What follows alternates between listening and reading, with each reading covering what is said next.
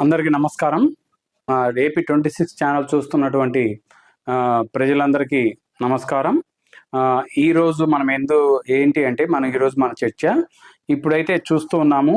Already మన తెలుగు రాష్ట్రాల్లోనే కాదు యావత్ దేశం మొత్తం ఎన్నికల మూడ్లోకి వెళ్ళిపోయింది. ఎన్నికల కోడ్ కూడా కూర్చుంది. ఎన్నికల కోడ్లో అయితే ప్రజెంట్ అయితే మనందరం ఉన్నాము.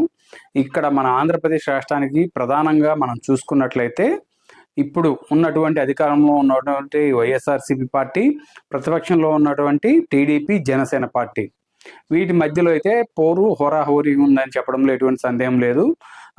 ఇటు చూస్తే వైసీపీ వాళ్ళని చూస్తే మేము ఖచ్చితంగా ఈసారికి 110 సీట్లు పైగా అఖండ మెజార్టీతో గెలిచి మళ్ళా గవర్నమెంట్ ఫామ్ చేస్తామని చెప్పుకుంటూ ఉన్నారు. జనసేన, బీజేపీ కూటమిగా వచ్చాయి. వాళ్ళని కదిలిస్తే మటుకు వాళ్ళు కూడా మేము ఖచ్చితంగా 2014 ఎన్నికలైతే ఏదైతే ఉందో అదే విధంగా మళ్ళీ మేము గవర్నమెంట్ ఫామ్ చేయబోతున్నాము. మాకు దగ్గరగా 120 సీట్ల పైన మాకు వస్తాయి ఈ 2024 ఎలక్షన్లో అయితే వాళ్ళైతే పక్కా కాన్ఫిడెంట్గా ఉన్నారు. మీకు ఇక్కడ ఒక చిన్న క్యాలిక్యులేషన్ చెప్తా. జగన్ గారు ఓడిపోతే ఎలా ఓడిపోతారు, గెలిస్తే ఎలా గెలుస్తారు. గెలుపు అనేది కొంచెం అయితే మనం చెప్పలేము. అంటే సినారో అయితే కొంచెం బయట మనం ఇంటర్నల్గా కొంత సర్వేలు చేసినా కానీ కొంచెం అంత పాజిటివ్ అయితే రావట్లేదు. కానీ ఒక వర్గం జనాల్లో మటుకు జగన్ గారి మీద ఇప్పటికీ ప్రేమ అలాగే ఉంది. ఆ వర్గం ఓట్లు అయితే ఖచ్చితంగా పడతాయి జగన్ గారికి, ఎటువంటి సందేహం లేదన్నమాట. 100కి 200% ఆ ఓట్లని ఏ పార్టీ కొనలేరు. అవి ముద్దల ముడుపుగా వచ్చి జగన్ గారికే పడతాయి ఆ ఓట్ల వరకు. జగన్ గారు ఎందుకు ఓడిపోతే ఎలా ఓడిపోతారు అనేది మీకు చెప్తా. మనము ఒకసారి 2019 ఎలక్షన్ల యొక్క ప్యాటర్న్ కానీ చూసినట్లయితే 2019 ఎలక్షన్లో తెలంగాణకి మనకైతే ఖచ్చితంగా ఎలక్షన్ పరంగా అయితే ముడిపడి ఉంది. అది మనం ఎవరన్నా కాదన్నా అది సత్యం అన్నమాట. ఎందుకు అంటే 2019 ఎలక్షన్లు జరిగేటప్పుడు తెలంగాణలో అయితే టీఆర్ఎస్ పార్టీ అయితే అధికారంలో ఉంది, మనందరూ తెలుసు.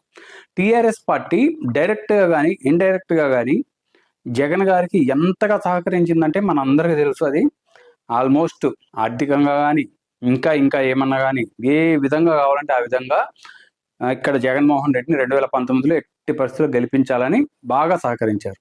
ఇప్పుడు మనం చూసినట్లయితే అక్కడ టీఆర్ఎస్ పార్టీ అధికారంలో లేదు. గడిచిన ఎలక్షన్లలో ఘోర ఓటమి చవి చూసింది, మనందరికీ తెలుసు. ఇప్పుడున్న పరిస్థితుల్లో ఆ పార్టీ ఉన్న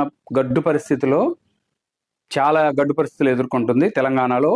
అటువంటి టీఆర్ఎస్ పార్టీ ఇప్పుడు ఆంధ్రాలో జగన్ గారికి ఎటువంటి సహాయ సహకారాలు అందించే పరిస్థితులు అయితే లేదు.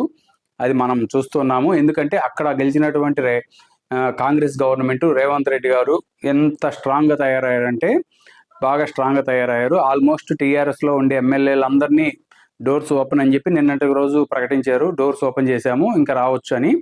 అది ఇంకా దాదాపుగా గెలిచిన 33-34 గెలిచిన ఎమ్మెల్యేలలో సగానికి పైన ఎమ్మెల్యేలు కాంగ్రెస్లో టచ్లోకి వెళ్ళిపోయారు జాయిన్ అవ్వడానికి. ఇప్పుడున్న పరిస్థితుల్లో టీఆర్ఎస్ పార్టీ చాలా గడ్డు పరిస్థితిని అయితే ఎదుర్కొంటుంది. అటువంటి పార్టీ ఆంధ్రాలో జగన్ గారికి ఏ రకంగా సహాయ సహకారాలు అందించలేదు. అది నెంబర్ 1. నెంబర్ 2, పోయిన ఎలక్షన్లో చంద్రబాబు నాయుడు గారు ఎన్డీఏతో గొడవపడి, అంటే బీజేపీతో గొడవపడి ఎన్డీఏలో నుంచి బయటకు వచ్చేసి ప్రత్యేక హోదా ఇవ్వలేదని చెప్పి బయటకు వచ్చేసి పోటీ చేశారు, ఓడిపోయారు. అప్పుడు ఎన్డీఏ గవర్నమెంట్ ఎలక్షన్లో ఉన్నాయంటే ఏదో ఒక రకంగా అయితే కేంద్ర సపోర్ట్ అయితే ఉంటుంది ఖచ్చితంగా. దానివల్ల అదొక మైనస్ కూడా చెప్పుకోవచ్చు 2019లో టీడీపీ ఓడిపోవడానికి కారణం. అప్పుడు బీజేపీ గవర్నమెంట్ డైరెక్ట్గానో ఇండైరెక్ట్గానో జగన్ గారికి అయితే సహకరించారు. ఇప్పుడు పరిస్థితి చూస్తే ఓ పక్క బీజేపీ, జనసేన, టీడీపీ అలయన్స్గా మన ముందుకు వస్తున్నాయి. ఆల్రెడీ నిన్నటి రోజున మోడీ గారు సభ కూడా గ్రాండ్ సక్సెస్ అయింది, మనందరం చూసాం. చిలకలూరుపేట దగ్గర బొప్పుడి కాడ వాళ్ళంతా కూటమిగా తయారయ్యారు.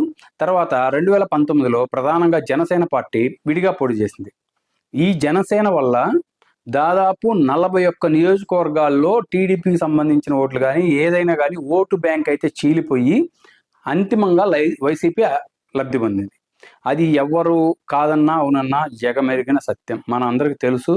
మీకు కావాలంటే నెక్స్ట్ వీడియోలో ఏ నియోజకవర్గంలో జనసేన వల్ల టీడీపీ ఓడిపోయింది, దాదాపు 40 పై చిలుకు నియోజకవర్గాల్లో ఓడిపోయింది అనమాట టీడీపీ, కేవలం జనసేన వల్ల. ఇప్పుడు ఆ పరిస్థితి లేదు. జనసేన, టీడీపీ, బీజేపీ అలయన్స్ వచ్చేసి మనం చూస్తున్నాము. వాళ్ళైతే దూకుడుగా ఉన్నారు. ఇప్పుడు ఇక్కడ చూసుకుంటే జగన్ గారు ఎందుకు ఓడిపోతారా అంటే ఈ 3 కారణాలు ప్రధానంగా ఉన్నాయి. కానీ జగన్ గారు అయితే ఆత్మవిశ్వాసంగా ఉన్నారు. బాగా నేను 2.5 లక్షల కోట్లకు పైగా అయితే పథకాలు ఇచ్చాను, డైరెక్ట్గా ప్రజలకి లబ్ధి పొందించాను, ప్రజల ఖాతాలో డబ్బులు వేసాను అని అయితే బాగా కాన్ఫిడెంట్గా ఉన్నారు. కానీ చూద్దాం ఏం జరుగుద్ది అనేది మనం రాబోయే రోజుల్లోనే కాలం నిర్ణయిస్తుంది. ఇది ప్రజలారా చూద్దాం, ఏదైనా జరగచ్చు. అంటే ఒక రకంగా చూస్తే సినారీ అయితే మారిపోయి ఉంది, కానీ ఇంకా ఏదైనా జరగచ్చు, మనం చెప్పలేం.